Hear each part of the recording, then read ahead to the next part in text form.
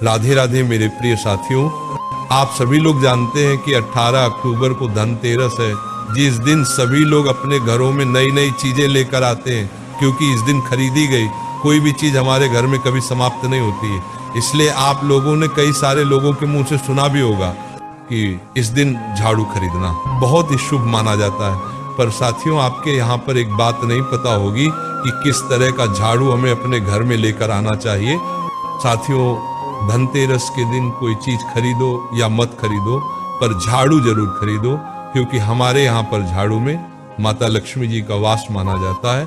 साथियों, आजकल जब आप दीपावली की खरीदारी करने के लिए बाजार जाते होंगे तो आपको हर जगह प्लास्टिक वाले झाड़ू देखने को मिलते होंगे और आप लोग उन्हें देखते ही खरीद कर लेकर आ जाते हैं।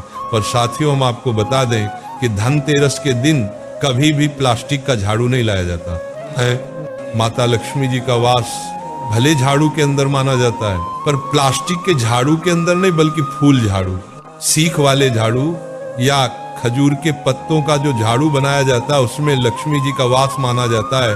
फिर प्लास्टिक के झाड़ू में लक्ष्मी जी का वास नहीं माना जाता है। इस रीजन तेरस के दिन प्लास्टिक वाले झाड़ू नहीं लाना चाहिए।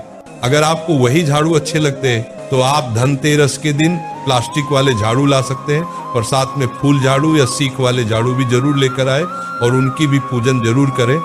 साथियों, अब यहाँ पर बहुत सारे लोग ये भी प्रश्न करेंगे कि हमारे घर में तो पहले से झाड़ू है, तो क्या हमें धनतेरस पर नया झाड़ू लाना जरूरी है? तो इसका जवाब है हाँ साथियों, क्योंकि धनतेरस के दिन वैसे भी नई चीज खरीदी जाती है और इस दिन झाड़ू खरीदकर उसकी पूजन अर्चना करने से ऐसा माना जाता है कि माता लक्ष्मी जी कभी हमारे घर से नहीं जाती और सदैव उनका आशीर्वाद हमारे ऊपर बना रहता है। ऐसी बात बीला प्रशांत को कोई भार दूसा, माता लक्ष्मी, माता लक्ष्मी, माता लक्ष्मी।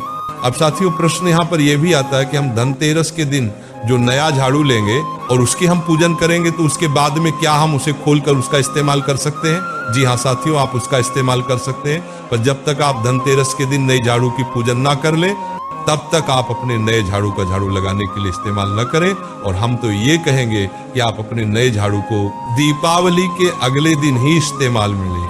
साथियों, अब आपको धनतेरस के दिन झाड़ू से जुड़ी हुई ये विशेष बात तो समझ आ गई होगी, पर अब वह आपके मन में ये भी प्रश्न जरूर आता होगा कि जब हम लोग धनतेरस पर नया झाड़ू लाते हैं तो हमें अपने पुराने झाड़ू का क्या करना चाहिए? क्या उसे घर में ही रखना चाहिए या उसे फेंक देना चाहिए या कुछ और करना चाहिए? साथियों, वैसे तो आपको धनतेरस के बाद अपने पुराने झाड़ू को उपयोग में नहीं लेना चाहिए, पर अगर आपकी झाड़ू नई है और अच्छी है तो आप उसे अपने घर में रख सकते हैं। पर जिनके घर की झाड़ू पुरानी हो गई है वह धनतेरस के बाद अपनी पुरानी झाड़ू को अपने घर से बाहर कर दें। वैसे पुरानी झाड़ू को घर से बाहर करने का दिन शनिवार का होता है।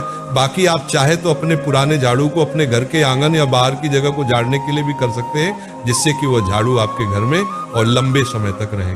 साथियों, धनतेरस के दिन जो आप अपने घर में नया झाड़ू लेकर आएंगे आपको उसका पूरा सम्मान करना है, क्योंकि उस झाड़ू के अंदर स्वयं माता लक्ष्मी जी का वास हो जाता है। इसीलिए अपने घर के झाड़ू को हमेशा छुपा कर रखें।